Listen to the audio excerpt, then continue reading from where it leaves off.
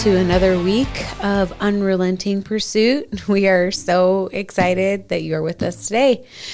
If you guys have not left us a review, I would love to invite you to do so. It is one of the easiest ways that you can support us, encourage us, let us know what's going on in your life and how this has impacted your life. You can do that on Spotify by leaving a comment. You can do that on Apple Podcasts, and you can do that on YouTube. We've appreciated communicating with everybody that way. And today we are actually going to discuss what we got to hear in church today. Yeah. Which was a super impactful message. Love our pastor. In fact, we were just discussing that we need to invite him on the pod. Yeah, so if you're listening, prepare yourself. No, Brad's like, what would we have him? Like, what topic would we have him? Like, his best marriage advice. Like, obviously. Yeah. I know he's got a ton. He's definitely gone through his own experience in marriage, but also walked alongside so many. So yeah, it'll be cool. We're definitely look forward to having that in the future. But he had a message today, and you guys know when we're going through something, we take you guys right along with us. Yeah. And we've been in a series at our church called The Next Day. Yeah, it's been great. And I think in our own, maybe the reason why this is so impactful for us, I think it's impactful for everybody, is that we've experienced our own next day moments and are still in them. And we get a chance to just encourage you guys to hold on, to realize that everything can change the next day and that we want you to trust God. But today's message, I thought, was really impactful for our listeners as well, and in your marriage and in your personal life and in your faith and all of that. Is that all you got, babe? I haven't been able to say anything. I wait for you. I'm not going to interrupt you. No. You just keep going. I wait. Like, I'll okay, is he ready to like roll with this? Because you'll just kind of give me a look. I'm like, okay, is he ready? Is he ready? And then finally I'm just like, okay, like I'm just going to ask you. Well, I'm not going to jump in if you're. That's our whole vibe.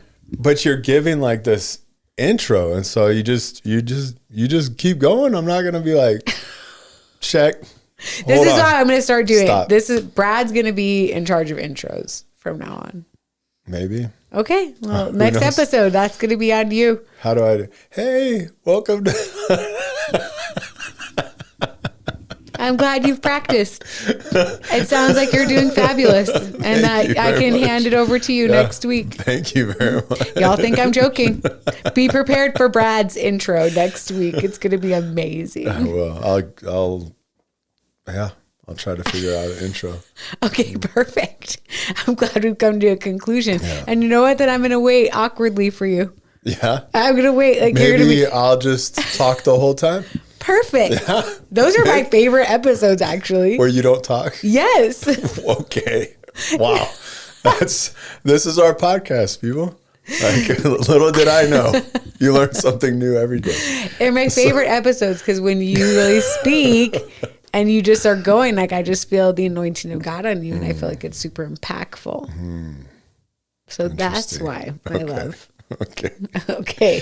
So this series at our church has really been, it's been amazing. It's, Lisa hit on it, but it's this premise, well, not premise, it's what's in the Bible, right? But it's these next days, right? The disciples, see Jesus die on the cross, and they put him in a tomb, and then that next day is what? It's just dread, and they don't know what's going on. And then there's the next day, that he's risen and shows himself, so it's just throughout the whole Bible, there's all these next days where you see, the peril, the testing, the trials, all that happening.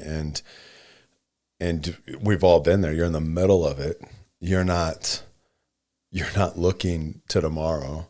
Yeah. You're not, and I say like even in the series, like the next day, but also that's just it might not be the immediate next day. Yeah. Right? Which is like the most difficult part is like the waiting. It's more of the understanding of what you're going through is temporary in nature, right? It's, I mean, yes, someone could have passed. They're not coming back to life. That's not temporary, but that feeling, the hopelessness, all those things, that's all really temporary. Mm-hmm. Now, temporary could be hours or it could be weeks or years, but it is temporary. Yeah. Like there is a next day.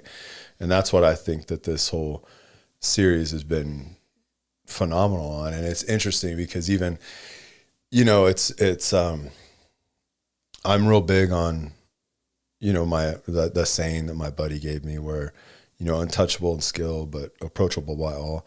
And that approachable by all is like that continuation of learning, mm-hmm. So I never go into a church service where I'm like, man, I've been going to church for 20 years, 30 years. Like what you going to teach me? Yeah. I never do that, even though I might've heard that same story from Ruth like 100 times. Like, it doesn't matter because there's always something to learn, Always.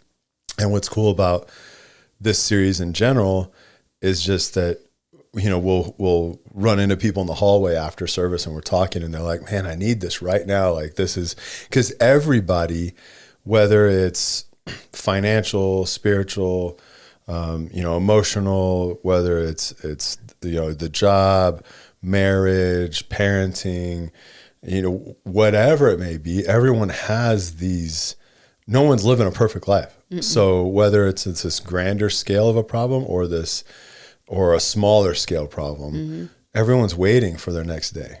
It's true. Waiting to get out of that storm, waiting, so waiting it's just for the breakthroughs. Yeah, it just hits on all sorts of levels. And I think it's such a beautiful testament to the God that we serve that the entire Bible is filled with the stories of people who have navigated through to the next day moments and how God uses it very rarely in a way that the person intended their life to go, very rarely without you having to build your faith. I would say never in the Bible. Like this is a testing ground, right?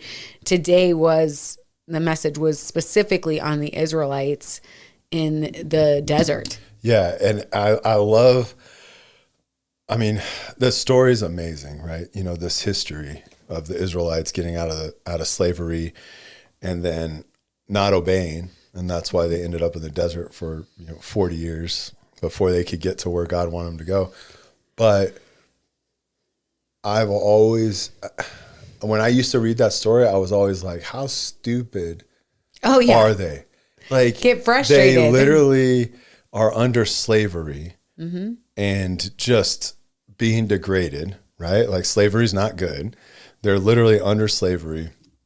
They get freed, right? By God. Like that's not like supernaturally. Yeah, supernaturally get freed. There's no, it's not like, that they pleaded with the Egyptians and they cut a deal. No, it was literally a spiritual, supernaturally they get freed. And then they're fleeing, or not necessarily fleeing, like they let them go, but then they're being pursued. Now they're being pursued and they get to the Red Sea and it's like, okay, well, I guess this is all for naught. And then the Red Sea parts, like they're seeing miracle after miracle after over and over miracle. again.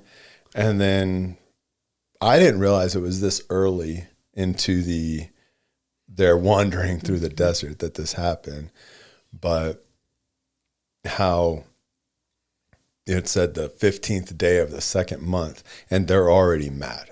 Mm-hmm. And they're like, we were better under slavery because at least we ate 3 meals a day. Yeah, hunger will do crazy things to you. Hunger, exhaustion, all of those things just will make you forget. Yeah, and you're just sitting there and you're like, really? Like 2 months ago, you were here, and God took you here and brought you here, and this isn't like this is hundreds of people. Millions. I think the estimate is like 2 million. Yeah, people. This is not like some small band of wanderers, right? Yeah. And so everyone saw this, everyone's living under this, and then now they're mad because at least we had food, even though we're in slavery. Like, I agree with you. Every time I have read through these stories, I mean, of course, we get to read through them in a few chapters, right? But I have felt the frustration within me over the Israelites. And I've said down here before that I finally realized, like, I feel like the longer I'm living out my faith, the more I have empathy for the Israelites. Well, and that's what I was getting at. It's like, I always blame them for being like, how can you be so ungrateful? Right? Yeah. Like, how can you be doing this? Why can't you see this? Yeah. And then it's like, grab a mirror. Literally. You know, because we do it daily. Like daily. Like, think about it. You know, think about everything that God has brought you through. Right? Even, I mean, it doesn't have to be a marriage on the brink of divorce or separation or whatever it may be. Like, think about all the things that God's brought you through, but then you get to this hard part or inconvenient part sometimes, and then it's like you're mad. Like, you never do anything for me. Like, God's left me. Yeah. God's abandoned me. Like, I guess I'm just on my own. He doesn't care about me. I'm just like on my own little lonely island with no rescue plan. And I mean, guilty. Absolutely. Guilty. I mean, even with the unique perspective that you and I get of, I believe we get a chance to see more miracles than the average person gets to see because we walk in a lot of brokenness with people. Yeah. So we get to see like these living miracles played out for us. And yet still, it's like the first bit of struggle or trial or anything like that. It's so easy to just be like, okay, God, I need you to step in here right now. Like, make this go away, make this better, all of that stuff without taking the lessons of the desert with us.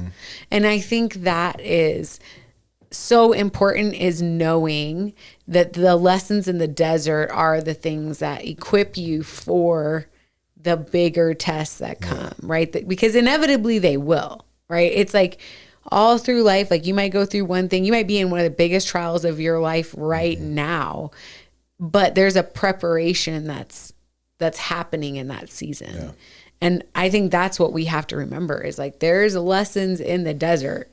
There's lessons there about learning to trust God. And I don't think in a lot of ways we can learn those lessons without the desert. No, it's just, I mean, I like you say, you know, if you're a Christ follower, you say you trust God and you mean it, right? I fully believe it when I say that. Like, I trust him. But then go back, last season, you know, and I'm sitting there in church and we're going through it.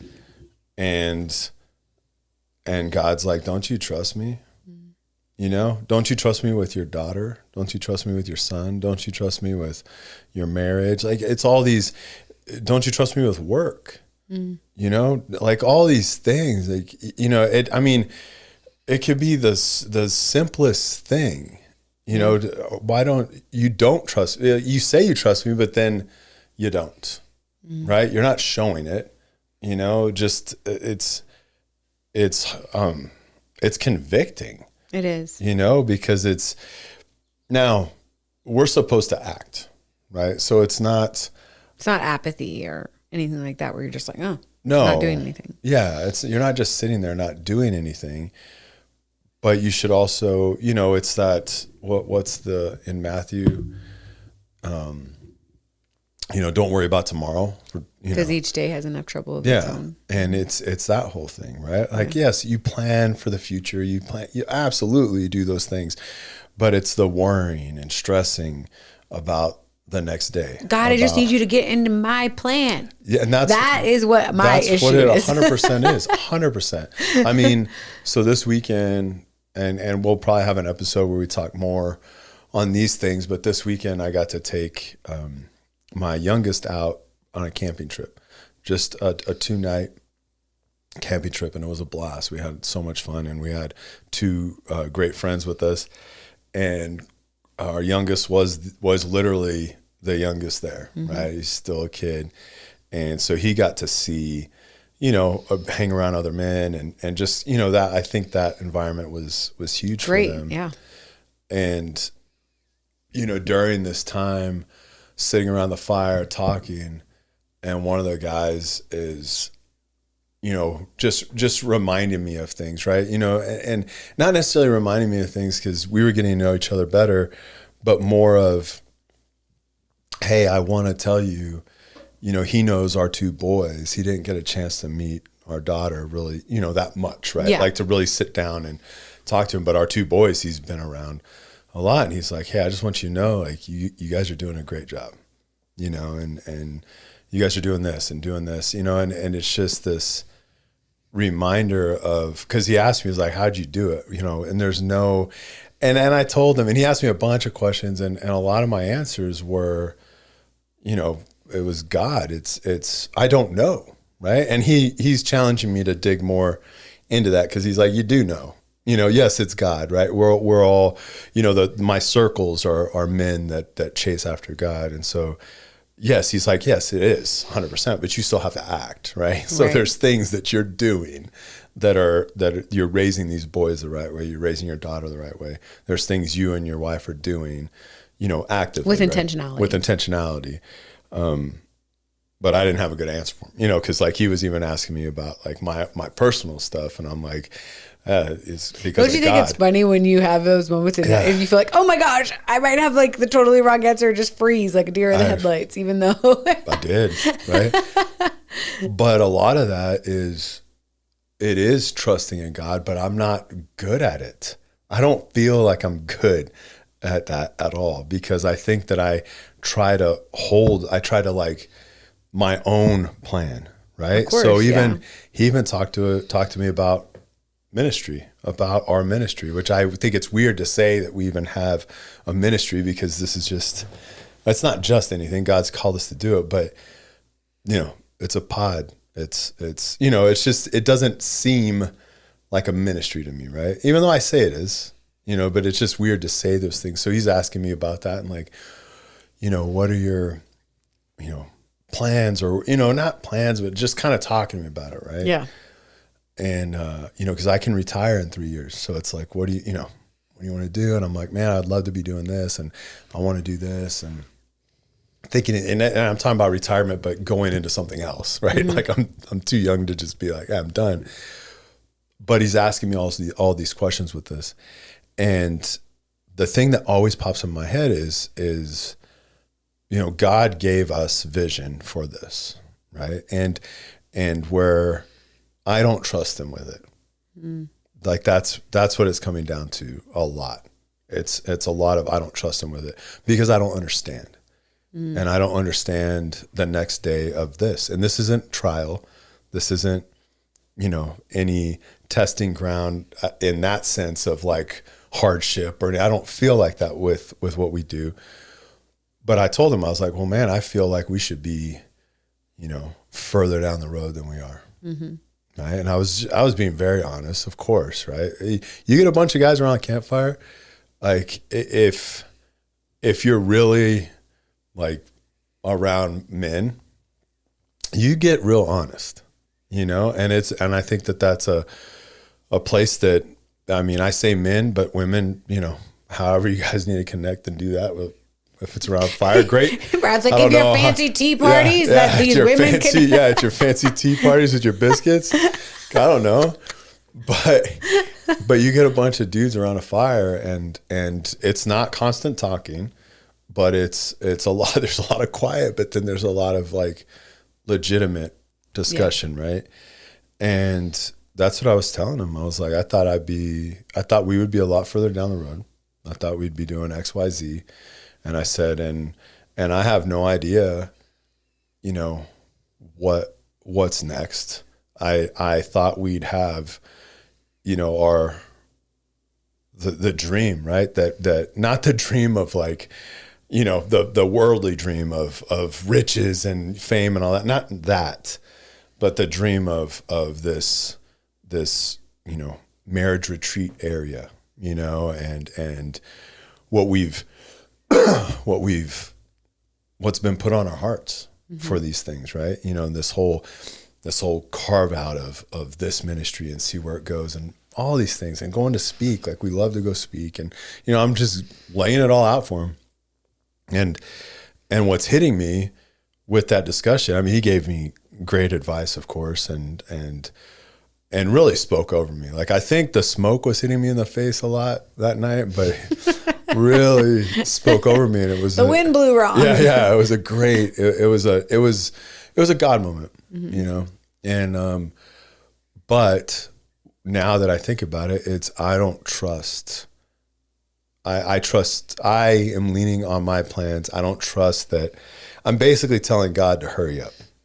Yeah. That's basically what I'm saying. Yeah. You know, and I'm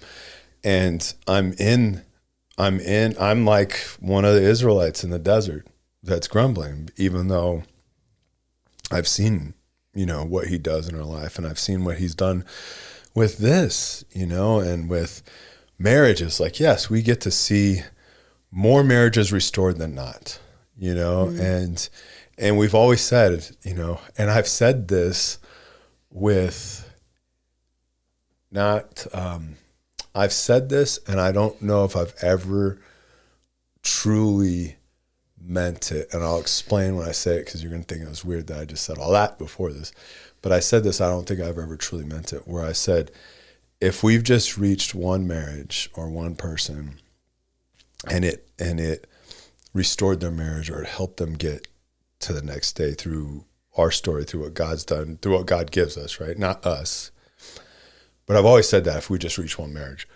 But in the back of my head, I'm like, no, like, I want this story to reach thousands. Like, I want the things that God gives me to reach people.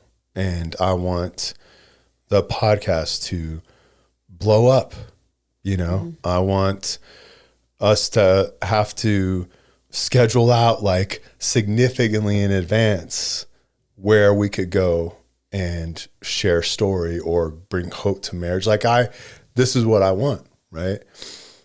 And so I've always said that, but with this, you know, in the back of my head of like, no, like, this is too much for just one marriage to benefit, quote unquote, from, right? And I've always felt like that. And I think that that's where even this fireside chat, you know, when I sit on it now is where I know I'm not trusting God with this, you know, because truly, I mean, I don't think that, you know, that God's up there with, you know, your name, and there's, you know, like, you're a Christian now, so I'm going to put your name up here on this chalkboard, right?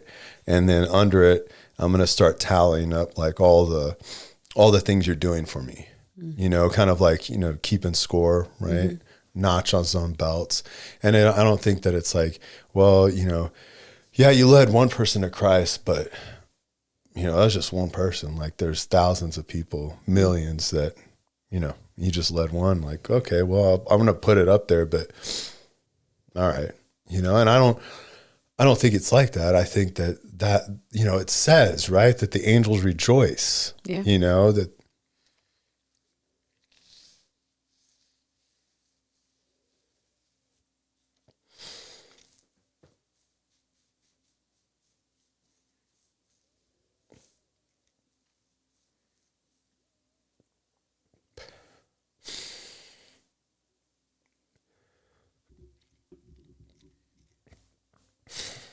I mean,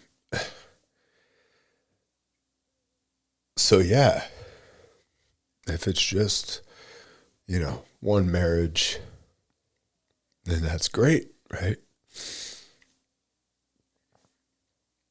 And I do believe that, but like, man, the more I've sat on this, it's like, I don't feel, you know, like, I want to say I don't feel like I fully trust God, but basically it's like, you're never kind of pregnant, right? You know, so it's that you either trust or you don't. And I feel that's where I'm sitting, where it's like, man, I pray, like, I know, you know, I'm chasing after him, all these things. So I say, like, yeah, I want to trust you, but I trust you in all these areas, but not this one. I can't, trust you in this. Like I can't, fully let go, fully set in. And it's tough. It's hard. And, I am like the grumblings of the Israelites, right? Because I know that God, the only reason I know, so if you ever dream of something and it doesn't scare you, is it that God-sized dream kind of deal, right? Mm-hmm. And you can dream of something and do it tomorrow, but, and play it safe, of course. But I think like, when I've shared with you in detail with what's on my heart, like there's no other way around it other than God. Like, mm-hmm. I'm not. That we're not delusional that this could be attained in our own efforts. Absolutely not. It really, it's truly the case. Like I'm not some financial wizard that's been, making all the smart decisions from the time I got a career till now. And I'm not a sugar mama. Yeah. Dang it. Yeah. No. And it is to a point of, I thought we should be further along this, but also if this is what God has given us, this is what God wants us to do, and to be faithful with what you're given, to be a good steward of what you're given, and just keep going, right, in obedience. And then, it kind of hit me today. It's like, all right, well, what if this is, I'm not saying this in a bad way, but what if this is it? Like, am I fine? Mm-hmm. Right? Am I fine? Not that, am I fine? Is God going to take care of me? I mean, like me, selfish Brad, physical side, the whole thing. Like, am I okay with this? Right? Am I fine if this is the home that we stay in till all the kids are grown and married and we get grandkids over here? Like, am I fine with that? And I have a hard time saying yes to that, because I feel like I have all these things that I don't trust God with, and that's something I have to wrestle out. And I see this in people we help, and when you're going through crisis, and I can give all the examples of me too, but it's, what if the marriage, like, are you trusting God fully with, are you trusting God? Forget fully. Are you trusting God with what's going on in your life? Like, are you, the challenge for our pastor, he gave us a challenge for the week, and I'm like, I'm doing this. This isn't something that I want to do this because I want to pursue Christ. Like, this is, I need this, right? Mm-hmm. And the challenge is every day to say, God, I trust you. Just wake up in the morning. God, I trust you. I trust you with today. And that's where that story, it's like he said God provides for us every day. And that's what you see. The Israelites are mad. They don't, they forgot the Red Sea. They forgot that they're not being pursued anymore. They forget all these things, but because they're not in the promised land. And God's like, okay, I hear your grumblings. So here's food. Daily provision. Yeah. Every day. Here you go. Right. And not enough for tomorrow, is just today. Yeah. Yeah. And I would just want to apply that to like every aspect of your life, right? Where, what are you doing daily that, to strengthen your marriage, right? What are you doing daily to strengthen your relationship with Christ? What are you doing daily to be a better parent? And God's providing. I'm going to change your question a little bit. And like, how am I trusting God daily with my marriage? How am I trusting God daily with this problem? Like, because I think that's where, at least for myself, I can get it really twisted, where it's like, here's my plan, God. I'm going to do everything I can to make my plan happen. And it's a good plan. And so get on board, instead of saying like, God, I trust you with my marriage. I trust you today with my kids. I trust you today with my finances. I trust you today with my ministry. And it's like, that's challenging, because then when you're faced with things that make you worried, make you question, concern you, or it's not going your way, there's this tangible choice in the middle of that to continue to trust. Like, okay, God, I believe you are who you say you are, right? I believe you can do what you say you do, right? Like all of those things, not that it's just going to magically come about my way. I was just sitting here thinking today about how our children have challenged us to trust the Lord in ways I've never wanted to. Yeah. Isn't that so ridiculous to say out loud? But it's like, I'm sitting there going, Lord, why is it that, our children, for whatever reason, have wings that decide to like just go far, far away? Yeah. And like this trust that, I'm talking to our middle son who is, has a missions heart. Yeah. And he's just telling me all about how he is going to go to Nepal and the Himalayas and like go into the mountains where no one else will go to preach the gospel. And I'm just like, I don't know if I want you to stretch my faith like that, Lord. Like, I don't know if I want you to like take my son in the middle of nowhere. And even though I'm like, but I trust you. Like, if you're calling my kid to this, like my job is to trust you with them. Like that's my job as a parent, like, and that's our job as when we proclaim to follow Jesus, our job is to say, even in the midst of this circumstance that isn't ideal, I trust you, like, or that scares me, like so much anxiety in the world today. And there's so many aspects that foster that, even though so many times God tells us, do not fear. So many times he tells us, do not be anxious. He knows our own human tendencies, but he's like, I'm trying to teach you something in the wilderness, in the desert, right? About trusting me with daily provision, right? Like enough for today. Like I'm going to give you enough for today. And also in the reality, just as we talked about in service, at the same time, on the sixth day, it was a double portion, right? To provide you for the times when you can't go do all those things. And it's amazing. And there's lessons to be learned in looking at the Israelites about who we are, but also about what God wants us to glean from him, right? Like he's the same God. He's the same God who led by cloud during the day and by fire at night and provided miraculously for the Israelites. There's lessons he has for us there in the testing. And do I trust God today? Absolutely. I mean, I'm like, how often did we pray for our kids? When I prayed for our kids, I'd always my not ritual prayer, but like kind of the thing that I'd say all the time, right, is just that they grow in God and they follow what in his footsteps that he wants for them, right? And I don't know how many times I've prayed that with our kids. Like, and this is just something that I'm thinking about right now. I've prayed those prayers with them, and now it's, I'm like, well, can't I just have a quote unquote normal kid that, is in America and, is this is his or her goal, like just the normal.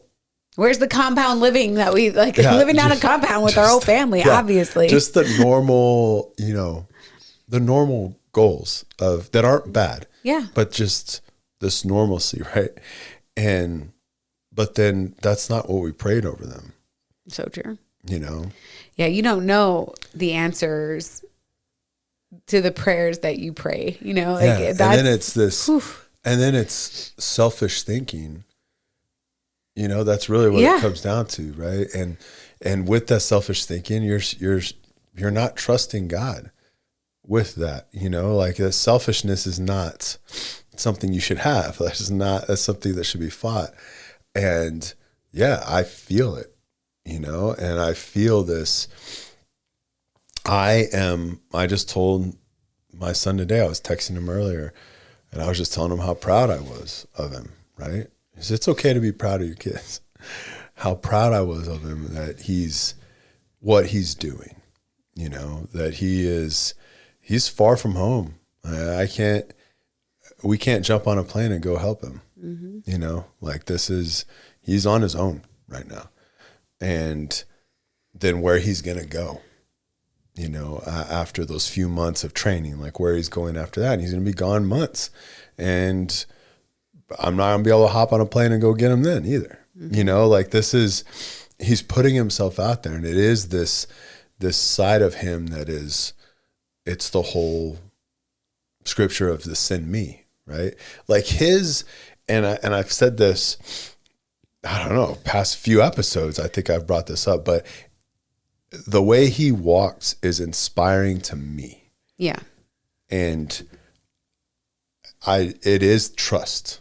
Like he has been an example in my life of how to trust in God. Because there's some things that I am like fully like, yep, God will handle it. Like I'm not going to stress about it. I don't shake easily, period. But I'm not going to stress about it. Like, it's going to be all right. Like, what, God will do it. Whatever it is, right? Or not even, but I would argue that I myself don't even say God will do it. I'm just like, it's going to be okay, without even knowing how it's going to be okay, right? But then I don't stress about it. Where he is unequivocally like, he's said it to us. Oh, no, God will provide. That's it. Not God will provide and then blah, blah, blah, blah. It's like, no, God will provide. It'll be fine. It's going to be fine. And then just goes off and does his stuff, and that's where we should all be. Yeah. Right. Yes, we plan, we work, we do those things. Like that's what we're supposed to do those things, right? You're not supposed to be lazy and just, God still had the Israelites gather, kind of live haphazardly or anything like that. But it's this aspect of I need a change. Like I need to be in that sense where it's like, God's going to provide. He provided today. He's going to provide tomorrow. He's going to provide the next day. He's always going to provide. That's just he's faithful. Like that's him. Yeah. And with all the things, like we have stuff coming up that, like, we don't know how we're going to make it all happen. We don't know where we don't know. And even talking to him about it. And it's like, no, God's going to provide. It's going to be fine. And you had someone come to you and say that directly. And then we're going through this series in church and it's just like, man, we're not immune to anything. Like I wanted this episode to be more about, hey, you need to be trusting God with your marriage and you should be doing this and your next day's coming and all those things are true. But really, this is like, it's convicting. It's so convicting. No. I mean, I trust God in all these other aspects of my life, but then other side of it is, like, okay, God, I guess like, you put that on my heart, but all right. Like, great. Like, how is that ever going to happen? And when's that going to happen? Like I'm getting older. Like, is that, and it's just that's a weird place to be in. And I do empathize more than I ever have. And I'll brutally honest, right? More than I ever have with people that we talk to, with guys I get to interact with, like those things. Like I have more empathy than I ever have before. Right. There's some things I still am like, no, it's kind of, I don't understand why you're doing that. But overall, I do. When people are questioning if things are going to work out, for the right, or, is this even going to happen? And is God even here? Those things, like I do have empathy for them more than I ever have. And I sit there around the fire and get asked these questions and then, sit on it and let it, think on it, ponder on it. And I'm like, I'm not doing, have I stepped in fully to what God wants me to do? Am I trusting God with that? Like with me as a whole? I don't know if I am. Yeah. Yeah. And that's a scary thing to admit, and you go through trials and what do you turn to first? Do you turn to prayer or do you turn to trying to fix it yourself? Those are ways to kind of give you a litmus test of your trust in God. And I do go to prayer first, but when it comes to me stepping into what God wants me to, am I even doing it fully? Am I trusting that it's going to be like, to take the next step? I don't know.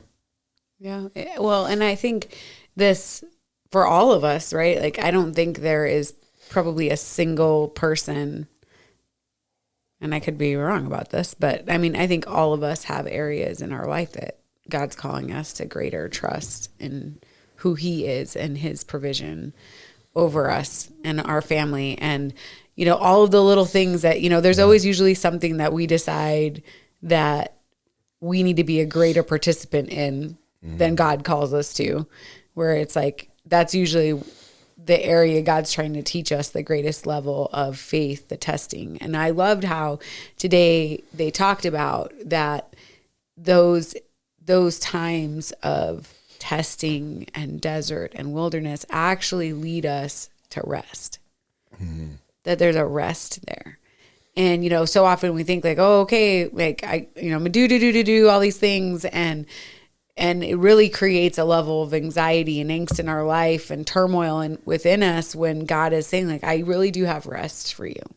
Like there's a rest there, and not laziness, not complacency, but it's that peace that surpasses all circumstances, right? When you're just like, there's an assurance, and that assurance in our soul says that no matter what circumstance I face, I have the assurance of the God that I serve, and there's a rest there. And that's why I think he is constantly trying to teach us to trust his daily provision over our own lives and over our marriage and our children and our finances and our health. And, go down the list, right, of all of the various things that we decide we should be super anxious about.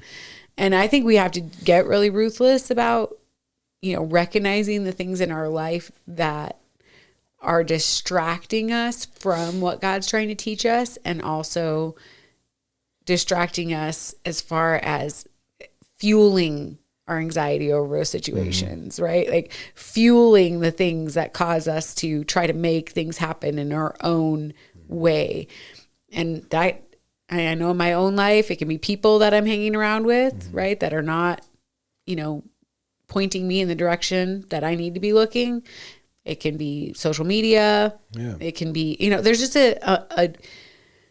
so many little things that cause me to take my eyes off of Jesus and his daily provision. Oh, I mean, there's this busyness of just life, Today we sang, I'm horrible with, first of all, I'm not going to sing, but I'm horrible with the names. I love hearing you sing songs. But today we sang a worship song that was, I just know in it says to make room. I will make room for you. I think that's the song. Maybe that's the title, right? Mm-hmm. But that hit me too, because even with everything we're talking about, are you making room for that, right? Yeah. Like, are you filling every minute of your day with something, what you consume, right? And consumption isn't just, your diet. I love this. I need to find it. This guy was talking about, not faith-based at all. This guy was talking about that, he was talking about a healthy diet, right? With this other guy. And I think he's a strength and conditioning coach, whatever, doesn't matter. But he goes into this and he's like, but your diet isn't just what you eat. It's consumption, right? So it's not when he was bringing up you need a healthy diet and you need to do these things. He wasn't just talking about what kind of calories you're consuming every day. He was talking about everything, like what media do you consume? What, and media's, what music are you consuming? What are you, when you're out walking around, like what are your eyes consuming? Like it was just all these things of like consumption. Like these are the things. This is your diet. Yeah. Your diet, yes, is food, but also it's consumption. So what is it that you're consuming? And we as people will want to constantly consume. Yeah. Right? It's very rare that you just sit and are quiet. It's very rare that you don't just sit quiet, but you grab your phone and you look through it, or you put your earbud in, you listen to some music or whatever it is. It's very rare that you just sit. It's true. And so you want to fill all the space up with something. And to me, again, that goes back to like trusting God with everything, where it goes into, why are you filling yourself up with every single minute of your day?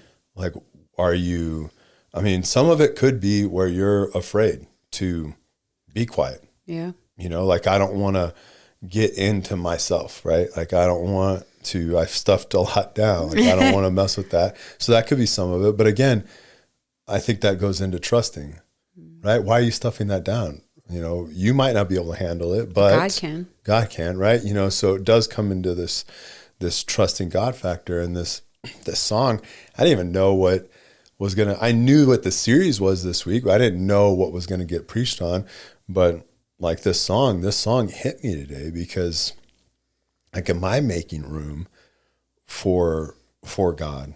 I feel that even getting to take my son on this trip this weekend, like I feel that I know that God wanted us to go on that, but I had to make room for that. Yeah. Right. I had to, whether I had a busy weekend or just a normal weekend of what's going on, but I missed a day of work for it. Like I had to make room for it. Yeah, or you could have opted for the simpler solution of staying at home and then comfort. Yeah, exactly. And then I wouldn't have had this discussion that's made me not question everything about myself, but that's challenged me. Yeah. And I wouldn't have got to see growth in my son that I don't get to normally see, but I got to see him do things without me like holding his hand. Yeah. And he's doing fine. And carry on conversations with adult men that are worthy of looking up to, which is exactly. Which is and huge. I got to see all that. And I've asked him how much fun he had and stuff, but I haven't like gone into a deep conversation yet with him about what he thought. But you have to make room. And if we're not making room, are we fully trusting what God can do? Right? Are we fully trusting him with our lives of what he wants for us? Man, it's just this whole week, has just been convicting for me, on every level but then this brought it home. I guess this message from our pastor like brought it home because that's where I feel it is. It's everything I think can point back to, are you trusting God? Mm-hmm. It all really does point back to it, right? If every bad decision we make, all the things that we do that we think we could do on our own, it all comes back to like, why do you do that? Well, I did it because of X, Y, Z, but really what all you're saying is, well, I did it because I didn't trust God's plan for my life. I didn't trust that he was going to provide for me today. I didn't trust, and it's, man, such a convicting weekend. I want my next day. It was so powerful too, because, even that no matter what you've gone through, like we have the opportunity to assess and say, man, is this an area God's asking me to just trust him? Yeah. Trust him. Like, but make room to allow yourself to trust him. Yeah. And I think that's one of the big takeaways from this, whether you're dealing with, trouble in your marriage or whatever it is. Maybe it could be a friendship, could be, name it, right? Work, finances, like all the normal stressors. Get that, hear that It's normal. It's not unique. Like it's not, your financial stress right now is not unique to just you. That is something that people face daily. Absolutely. Right? Your spiritual stress, whatever it is, all these things are not unique to you. Great marriages have speed bumps. Struggles. Yeah, they do. It's what they do with them that determines if it's a great marriage that trusts in God, or if it's a marriage that's just okay. Yeah. You know, or if it's a marriage that's deteriorating and falling away. Absolutely. Like, you know, but everyone, they're normal problems. And if you are sitting there going like, yeah, well, that sounds great, but I don't have room, that's a whole other conversation you need to have. You do have room. That's pride. And or the fact that you have literally put so much into your life that you have shoved out any ability to connect relationally with the Lord. Like, that's a problem. You need to stop. Yeah. So yeah, that's great. That's a great challenge for the week too. Just trust in God. Make room. Make room to trust God. Assess it. Look at it. Evaluate where that is necessary. Yeah. Okay, we will see you guys next week.